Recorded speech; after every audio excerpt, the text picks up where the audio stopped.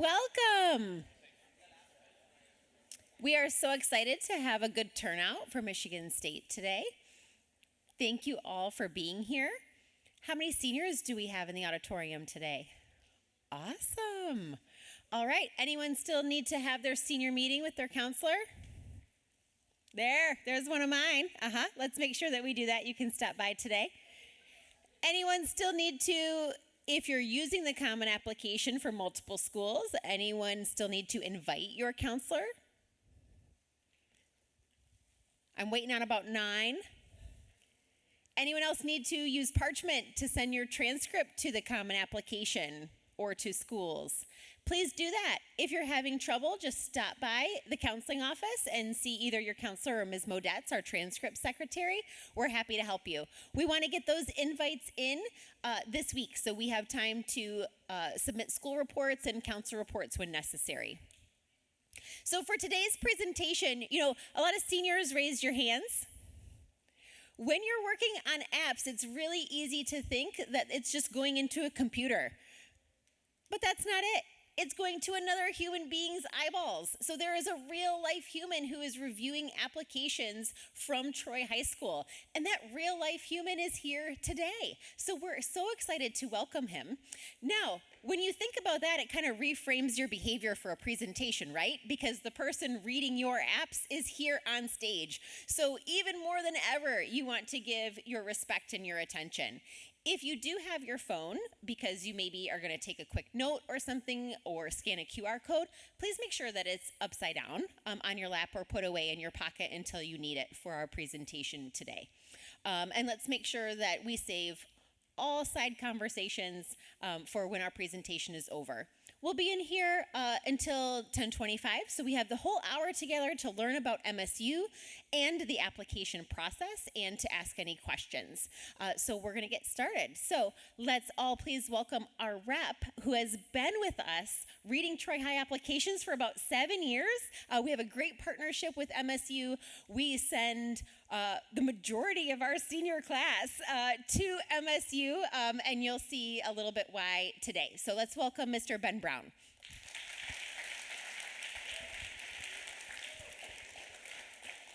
Thank you, and good morning, everyone. I'm happy to be here in Troy High. Yeah, the QR code is on the screen, so feel free to take a shot of that. That will let our system know that you attended my high school visit. And so for any juniors in the crowd, that will also get you on our mailing list to keep you up to date on anything that you might want to know more about Michigan State. For the seniors, even if you've gone through the application process, it's good because we'll make a note that, hey, you came to my high school visit, so that I can see that when it does come time to review your application. So just to kind of reintroduce myself, my name's Ben Brown. I've been working for Michigan State for 16 years now. I got my master's degree from MSU. I'm originally from this tiny rural town in Ohio, but I saw the light and came to Michigan, and I've stayed here ever since. So majority of my time working with the university has been working with students from your particular high school, which I consider an absolute honor. I was talking with your staff a little bit. When we talk about Troy High, it means something at Michigan State. Easily one of the top 2 high schools in the state of Michigan to provide applications to Michigan State. So we love that. We love that you're interested in us. More important to me is that the majority of the students that apply from Troy High School, I know will be admissible. I just know the work that you do here, the strength of the curriculum that is available to you, how your teachers and your professional staff help prepare you for the college career. So I know you're going to be pretty much admissible. I have a pretty good sense of that looking over those students that do apply. But what's even more important is that of the students that are admitted, about half of them come to Michigan State. So we do know that Troy has a really strong connection with Michigan State, and we do appreciate all of your interest and the success that you help bring to Michigan State. Because it's not just about us accepting you and you coming to Michigan State. It's about what you do when you get to the university and how you impact our community and how you change Michigan State for the better. And so we truly appreciate all of that. So thank you so much for attending today. Hopefully you got the posters. If you didn't, you can always grab one on the way out. It's a great general piece of information.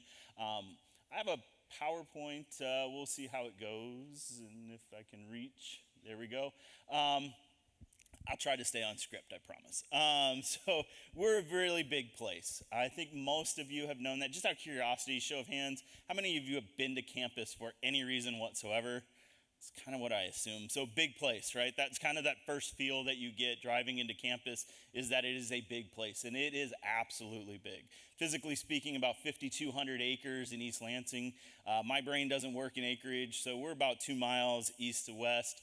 The true heart of campus that most students will traverse is about 2 miles north to south as well. So big place, physically speaking. Probably something like 600, almost 700 buildings that are on our campus. About 100 and some miles of sidewalk and bike trails that students utilize while they're there. So MSU is absolutely a huge, huge place. With that, though, I think comes huge opportunities for our students. And so I will spend a little portion of time talking about those opportunities and kind of what our university looks like.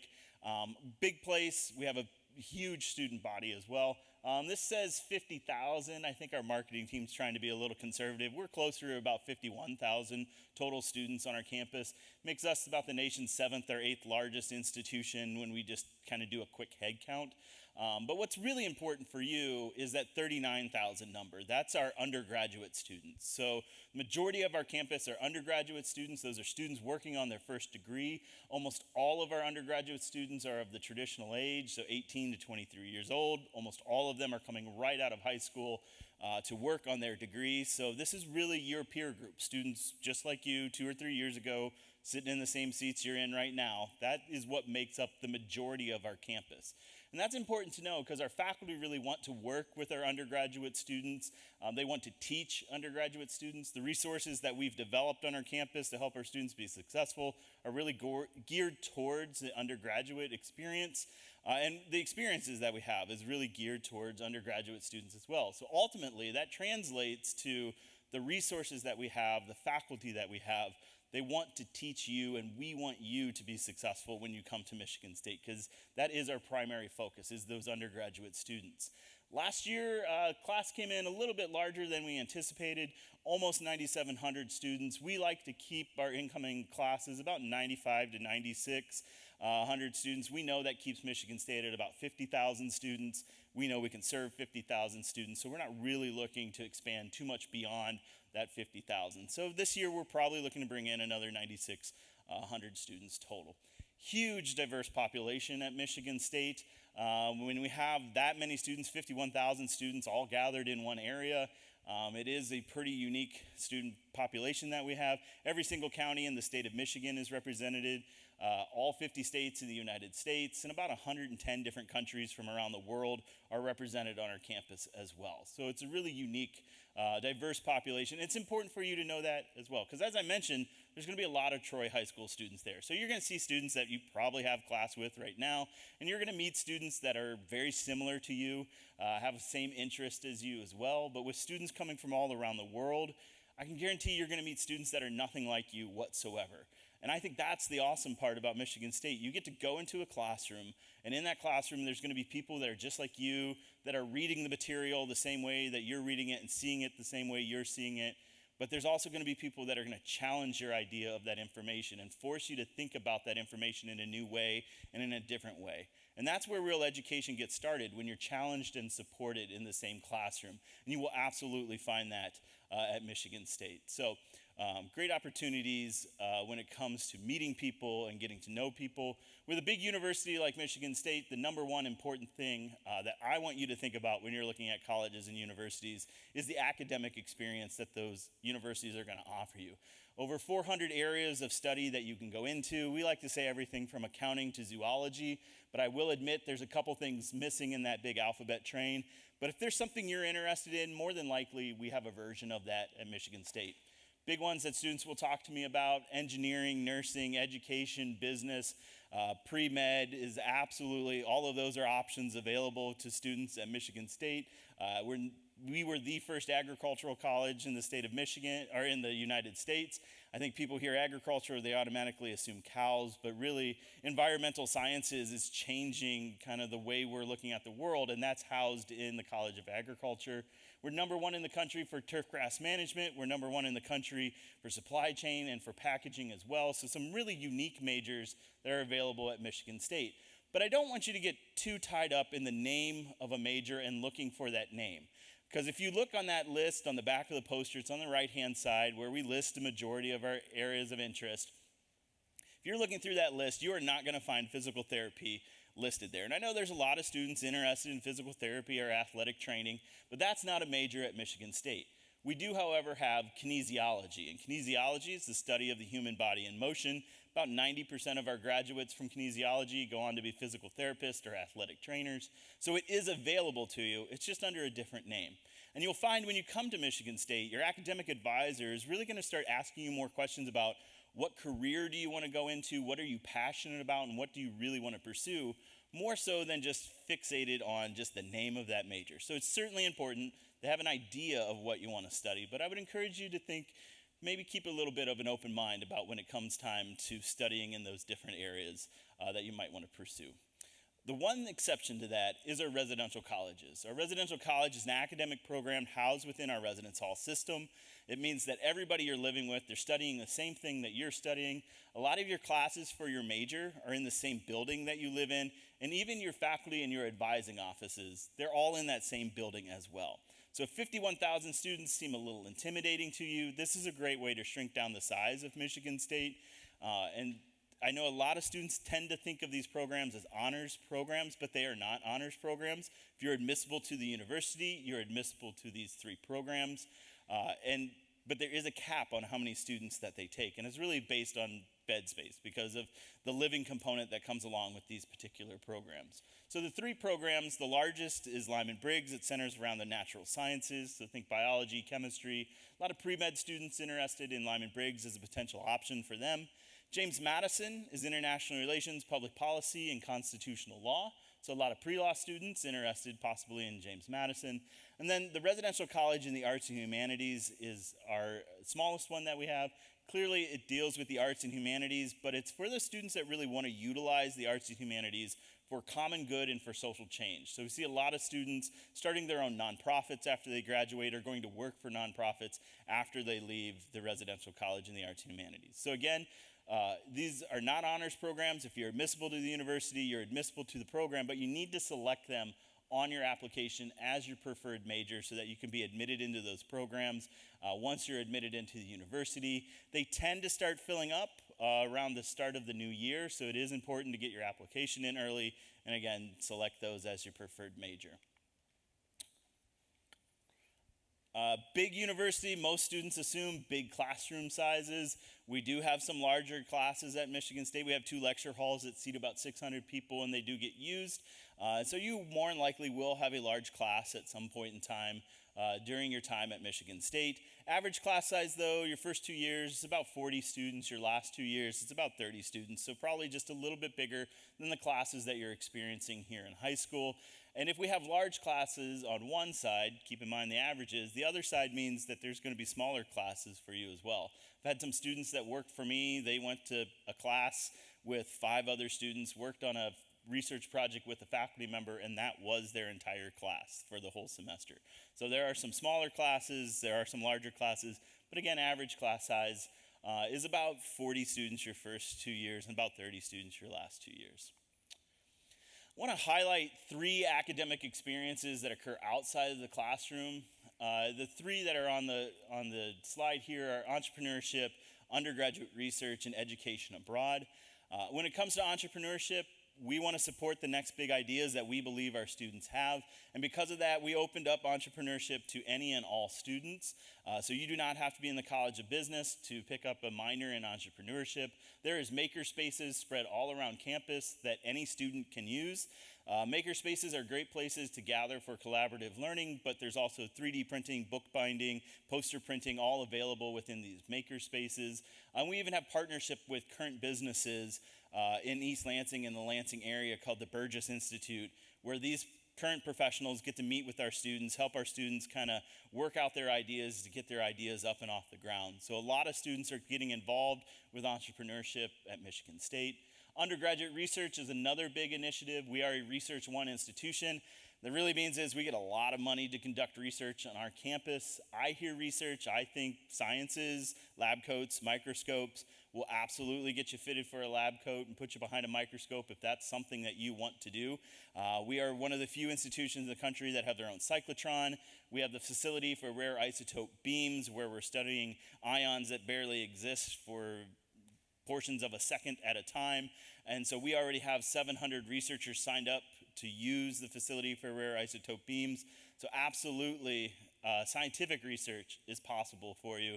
We currently have an autonomous car that drives around campus. We have an autonomous bus that drives around campus that our engineering department has put together. But we also have research in almost every single department. So any student can get involved with research. And about one out of three students will graduate from Michigan State having done some kind of significant research while they were on our campus. And keep in mind, we're an undergraduate-focused campus. So that means that our undergraduate students are really the ones that are helping our faculty work on this world-changing research that's available and kind of, like I said, changing the world. The last piece is education abroad. We, just 2 weeks ago, U.S. News and World Report named us the #1 public universities that send students to study abroad. It is a massive program at Michigan State, over 300 opportunities. We visit all 7 continents, so if there's some reason you're dying to get to Antarctica, we can make that happen for you. If there's something you're passionate about, we have an education abroad opportunity available for you. If there's just a matter of getting rid of your gen ed classes and you don't want to sit in a classroom in East Lansing, there's an education abroad opportunity that will take place. We try to make it affordable for our students, so about 1 semester at Michigan State is equal to about 1 semester of studying abroad. And we even have internships and research opportunities that are happening internationally as well. So our Education Abroad office really supports our students throughout those endeavors that they do when they leave the East Lansing area and travel abroad. These are 3 points that we like to highlight. 1, because they're impressive, and 2, because our students are really getting involved with it.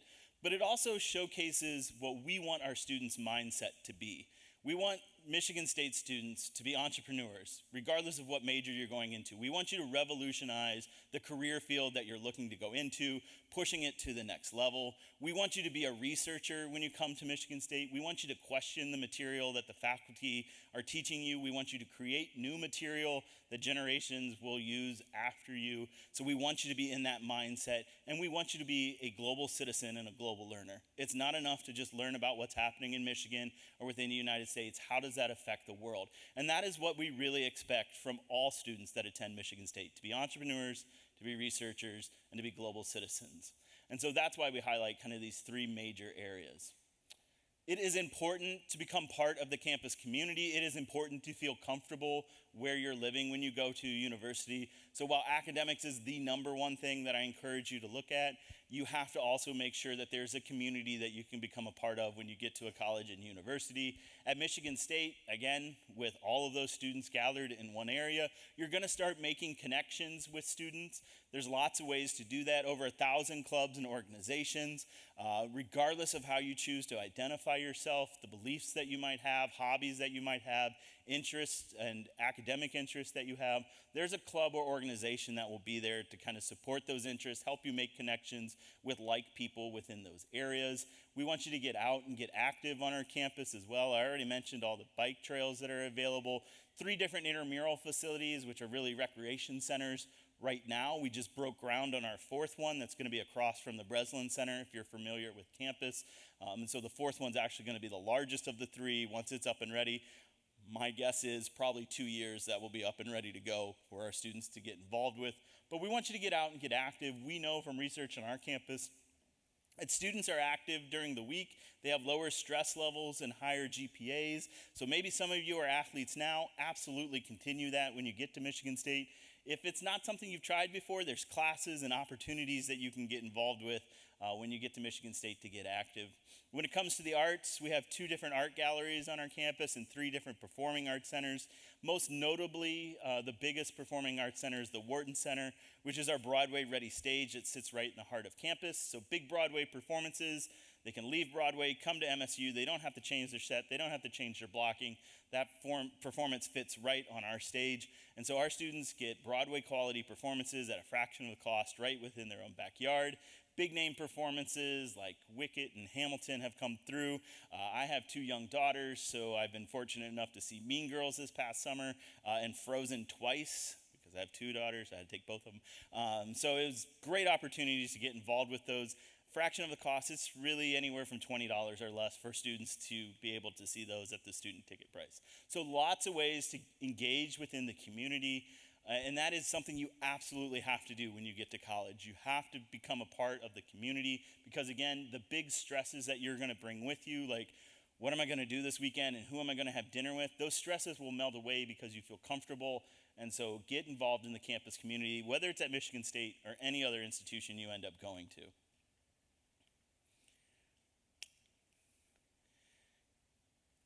I mentioned a little bit about the living learning in colleges, but I do want to mention the engagement centers as well. We do ask our students to live on campus the first 2 years that they're at Michigan State. We know that will help you with your transition into the university, so that's why we ask you to live on campus. When you live on campus, you'll live in one of our 5 neighborhoods. So our residence hall system is one of the largest in the world, and because of that, we've broken it up into 5 different neighborhoods. The heart of every neighborhood is an engagement center. The engagement center is really where we put the resources that we know students need to thrive and survive, and it's going to be right at your doorstep. So you don't have to walk all around Michigan State's campus to find these important resources. So resources like tutoring are available within the engagement center.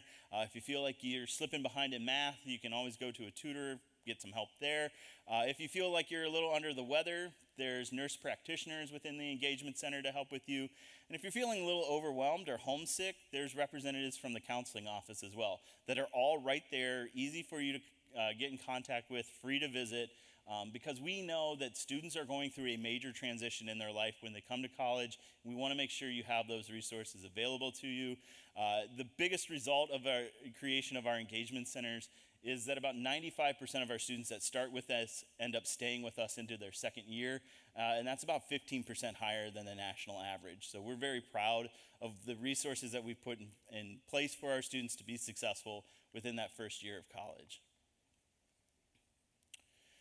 All right, I want to get to the application process, particularly for the seniors in the room, but juniors, I want you to kind of make a mental note that a year from now is really when all of this is going to be happening for you.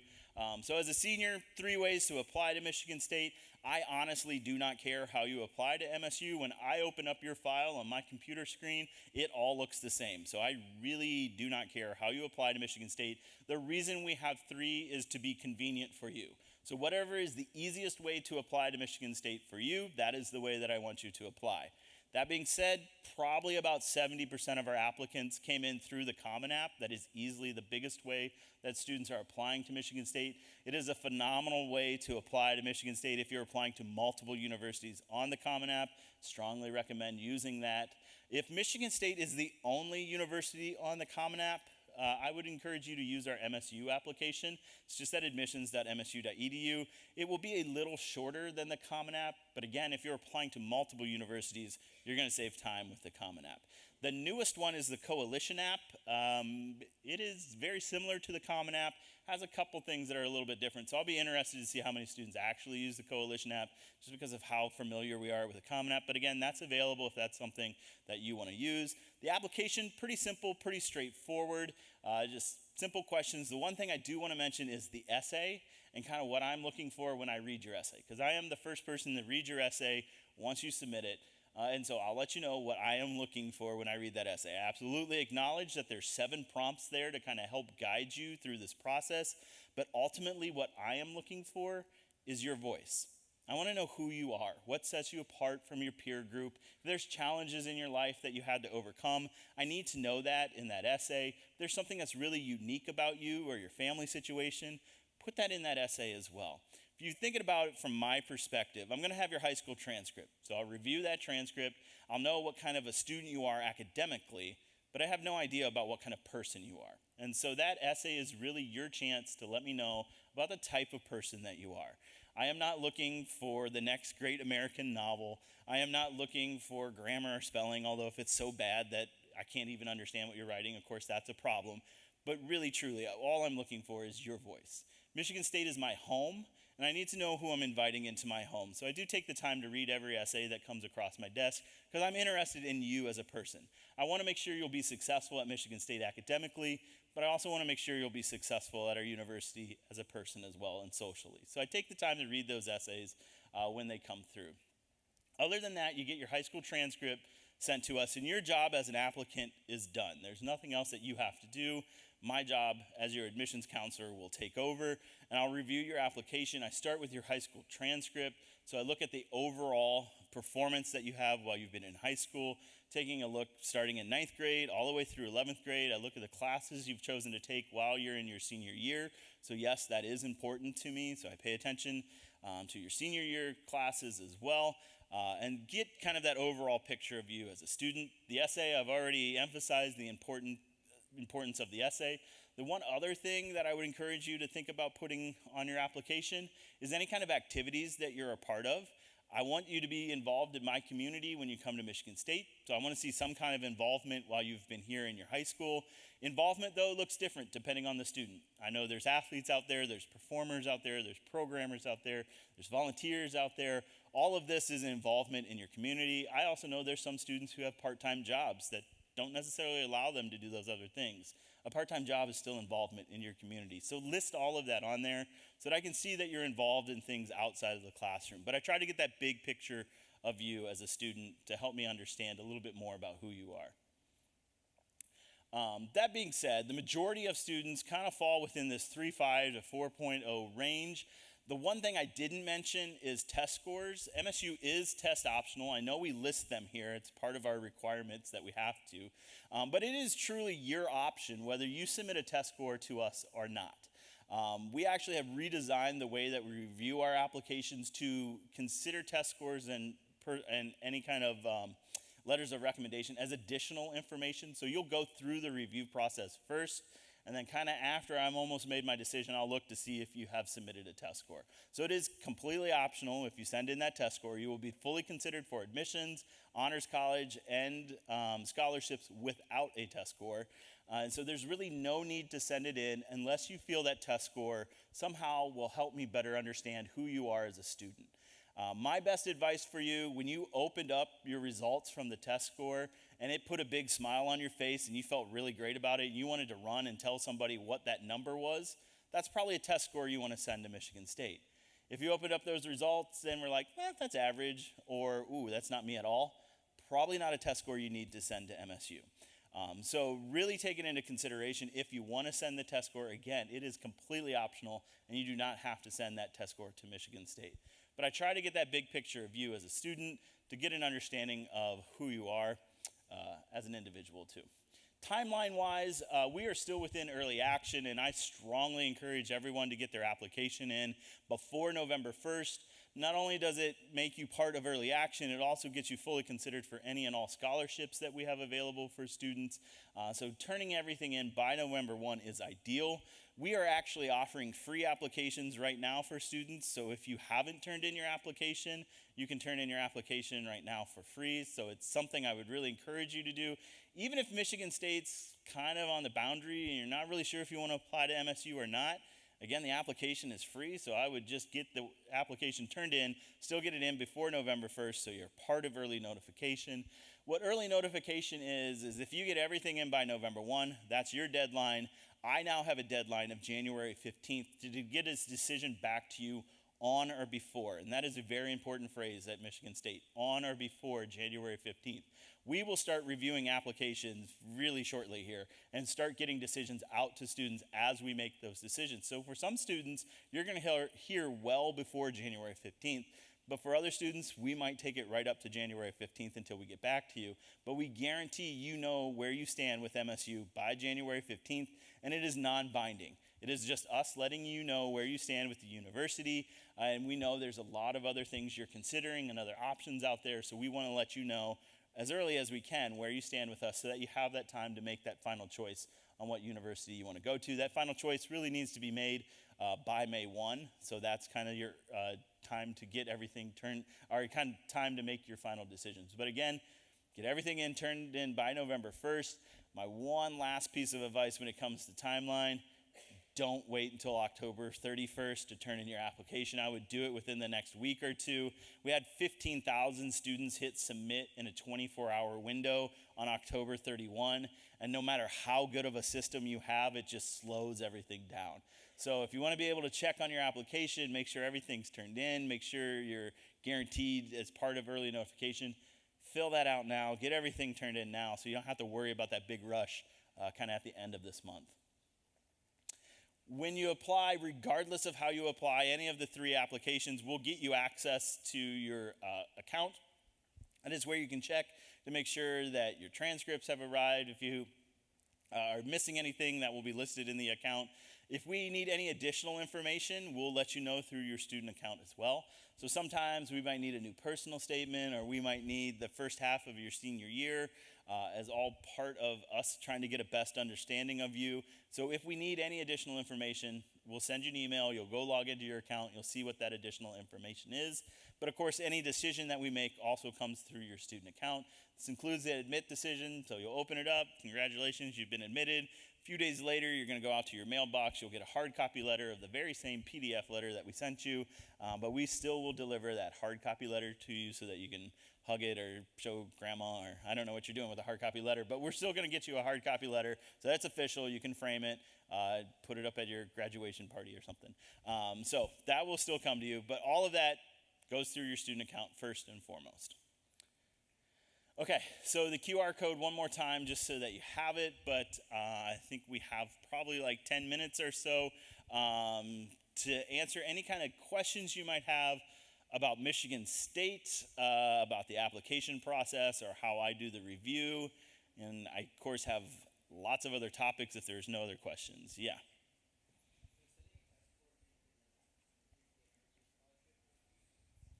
Yeah, so the question's about if you send a test score, how will that affect any kind of merit-based scholarships? I will tell you that we have designed the process for scholarship for consideration to be test optional as well. So about 50% of our students this year that got the major awards from MSU did not include a test score. 50% of them did as well. Keep in mind, let's see if I can go back here. Right, so SAT, ACT, this shows you kind of what the average student had. 1350 is at the high end of average. Average is great, but average won't necessarily get you scholarship. So you really need to be kind of north of those numbers when it comes to test scores if you want to be fully considered for scholarships. Again, if you don't submit those test scores, we're only looking at GPA and curriculum to determine if you're eligible for them. So hopefully you can kind of figure out where you are on those test score scales and if you want to send in those test scores. But you will be fully considered for all of the merit-based scholarships that we have if you do not have test scores in your file. Yeah.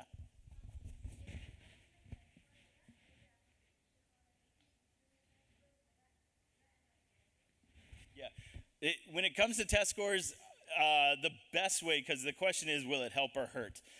The best way for me to describe how MSU is now looking at test scores is like a letter of recommendation.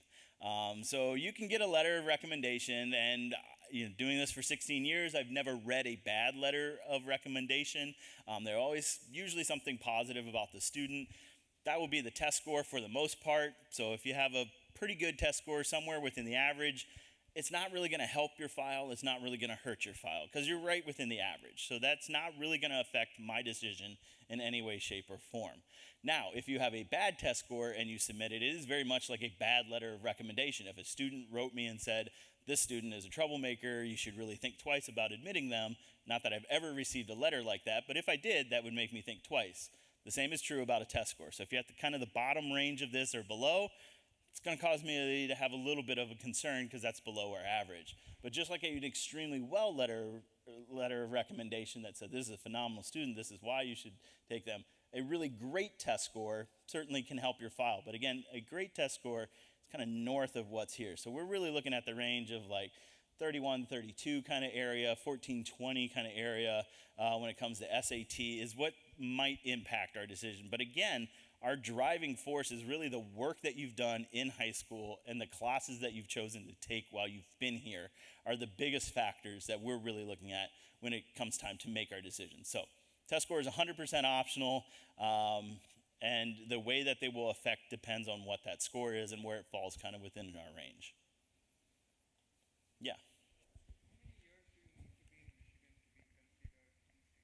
Yeah, it's a great question, especially for the population here at Troy. To be considered in-state, you really need to be in high school within the state of Michigan for 3 years, and that does count your senior year. So if your senior year is your third year, we will consider you an in-state student at MSU. Yeah.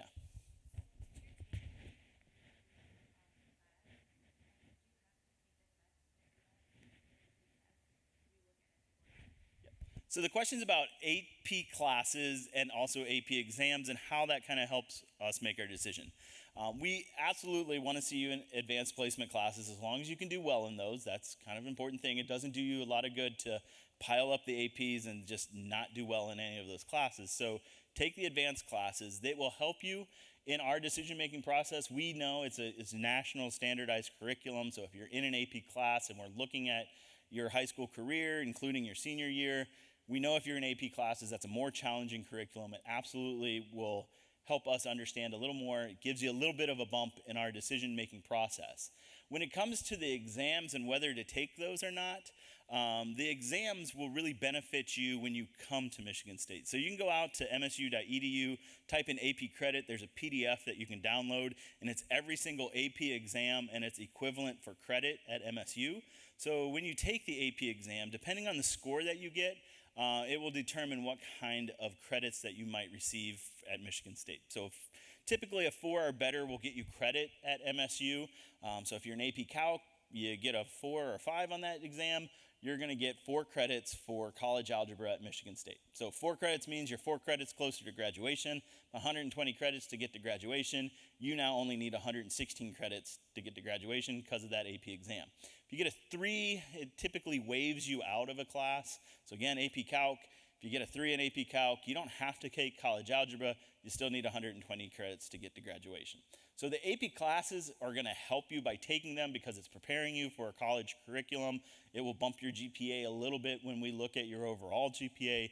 The exams will help you in your graduation path at Michigan State because you'll get credit for those exams, again, depending on where those scores are.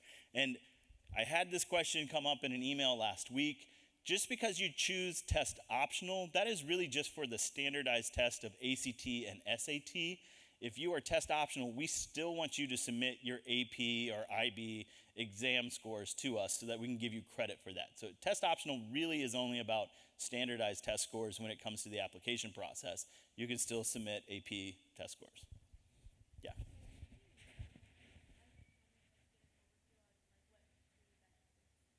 Yeah.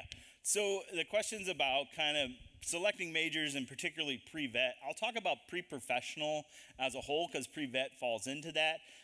Pre-professional at Michigan State is really a track. So you'll come talk to an academic advisor. You want to go to vet school, that's what you want to do. Or maybe you want to go to med school. Maybe you want to go to dentistry, any of those things. Those are all pre-professional tracks. But we don't offer majors in pre-vet or pre-med. What you will major in is a degree that you can get at Michigan State. So for veterinarian, for example, animal science is a big one. Zoology is another big one that students will look at as preferred majors. But you'll get a major in there. But because you're on that track, you work with the academic advisor. They're helping you get prepared for the major exams that you're going to have to take to get into those professional schools after graduation. Regardless of what it is, majority of those students are pretty well prepared. The one thing that kind of sets our students apart when it comes to those pre-professional programs goes back to that research that I mentioned. A lot of our pre-professionals are doing research that is kind of above what other applicants are doing at their universities when it comes time to application for those professional programs. So when it comes to like vet school, for example, a lot of our animal science students have already done significant research with animals. They've worked in our clinic that's on our campus, and so they have all of that building up their resume for when it's time to apply to vet school so they can get into Michigan State or any other caliber of institution like Michigan State. And the same is true for law and medicine and, like I said, dentistry and those types of things at Michigan State too. Yeah.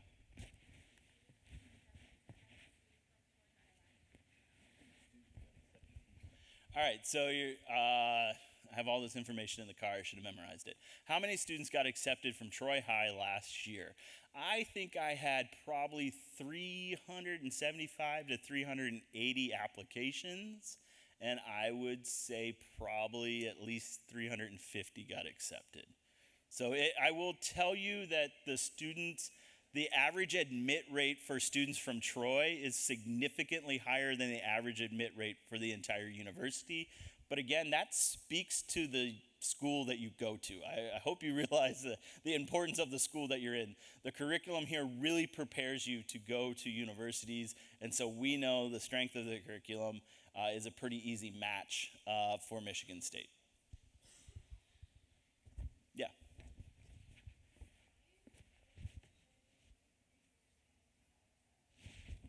Sure, it's a great question. Does applying early admission increase your chance of acceptance?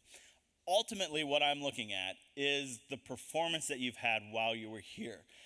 Where you're going to improve your chances by early notification is that you're getting all of your information in ahead of a lot of other students.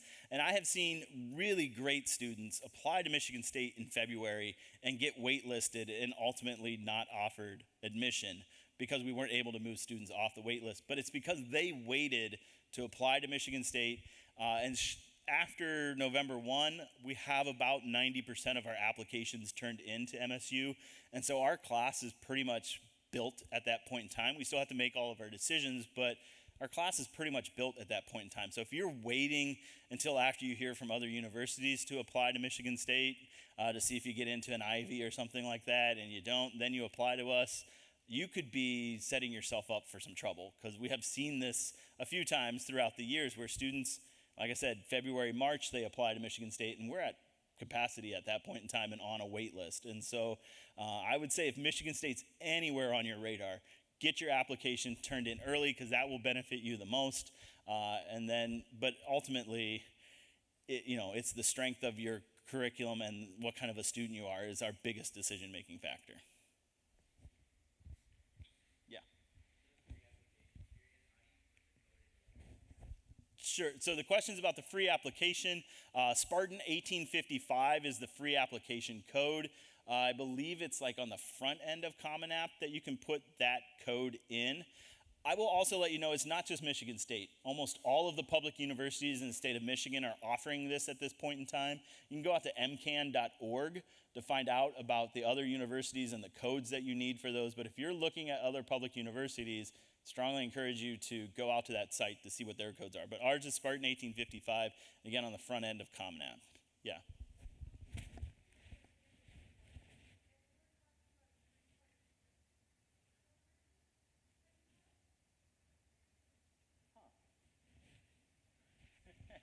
So 3.4. It's let's see. How do I frame this? So a group of public universities have said that they're going to offer guaranteed admission, and there's like 10 of the 15 public universities are offering guaranteed admission if you have a 3.0 or better. Michigan State is not one of those 10. But we are looking to open up those opportunities for some students. So a 3+4 program would be part of that. The reason I'm kind of interested is that I just got an email that was like, hey, this is almost approved, but don't say anything. So that's interesting. But more to come on that, especially for the juniors. I think we're going to try to pilot it for seniors this year, but more for juniors. But essentially, there are select programs that we're looking at that if you have a 3.4 or better, you could be admitted directly into Michigan State into those programs. But again, we haven't really publicized that, so it's interesting that they brought that up. But it's something that more than likely, from what I'm hearing, is will be available for students probably this year, definitely next year for juniors.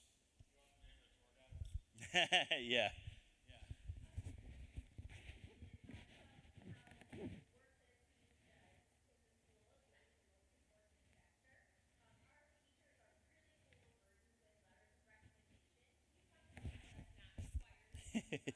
Yeah, like I said, I've been doing this for 16 years. I am also director of scholarships at Michigan State, so I oversee all of the scholarships that the Office of Admissions administers. So I've sat on a lot of scholarship committees and boards. And in 16 years, I've never read a bad letter of recommendation. I've read some poorly written letters of recommendation. But the truth is, when it comes to letters of recommendation, they're just not super helpful in our decision-making process because there isn't a lot to a letter of recommendation. And that's nothing against the teachers. They're working very hard to write these letters. But a lot of times, students will go to their favorite teacher, or maybe a teacher that has their PhD so it can sign doctor something or other. Or maybe you know somebody in the community that owns a business, and that's going to make you think it sounds fancy. But really, these people will write me and say, hey, this is a great kid. They do good work in the classroom. They're going to be great on your campus. And, so really think about admitting them. And it doesn't really get any deeper than that. And the majority, that's 90% of letters of recommendation that I get. So it's really not impactful when it comes to our decision making, because my number one job is to make sure you're academically prepared to come to Michigan State. I'm not trying to set you up for failure in our classrooms. So the work you put in the classroom is reflective of the work you'll put into our classrooms. So I look at the classes that you take, how strong they are, and the work that you put into them. The only time a letter of recommendation has really impacted me has come from teachers that maybe it was a class that the student struggled in, so maybe you're just not a strong math student and you're really slipping behind kind of at the first marking period, but you found resources and you started putting the effort in and you increased your GPA. Those letters make an impact on me. I've gotten a letter from a neighbor that talked about a student who, helped her rake her yard and bring her trash can in. And that told me a little more about the moral character of that student. But for the most part, when it comes to letters of recommendation, they are not required at Michigan State. Your application is complete as long as you turn in a transcript and those online applications. That is all we're looking for. So there really is no need to send a letter of recommendation as part of your overall application. The other thing I would say is you got to give your teachers time to write those, and the window of that time is definitely getting short. So again, they're optional. There's really no need to send them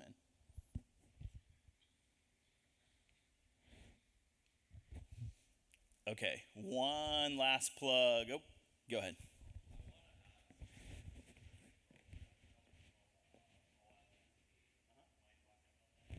Sure. So the question's about Med Scholars. There's kind of two programs that are connected through Med Scholars, but Med Scholars at Michigan State is a direct admit program into our DO program. So as an undergraduate student, you can be directly admitted into our DO program. The Med Scholars in particular is a pretty competitive process. Once you're admitted to Michigan State, well, kind of simultaneously as you're applying to Michigan State, you apply to that program. Once you're admitted, you'll go through an interview process. They do require letters of recommendations, but typically from doctors, not from teachers, in order to get into that particular program. We also have a 3+4 program at Michigan State through our Lyman Briggs College, so that residential college that I mentioned. You can get into Lyman Briggs, you'll take 3 years in Briggs, and then you'll have 4 years of med school ahead of you, plus your residency and all that other additional work. But MCAT is waived for you, so you don't have to take the big test to get into that if you're in that 3+4 program. You, of course, still have to do well in your classes and that kind of stuff, but you can be directly med. So all of that kind of falls under that Med Scholars program. My last plug is to get up and visit campus if you haven't done so. I know a lot of you have came to campus for a lot of different reasons, but come up and do an official visit at MSU. It's good to see kind of what our campus looks like on any kind of academic day. So if you can get up during the middle of the week, it definitely has a different feel than a Friday or a football Saturday.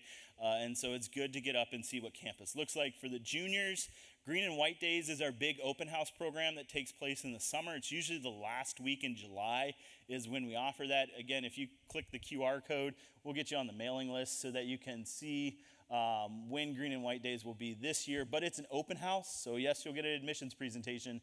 But all of the academic departments on campus are open for you to visit. We have a bunch of tents behind wells, so it's kind of a huge resource fair available to you. But other than that, I'll hang around for any personal questions. Thank you so much for your time and attention.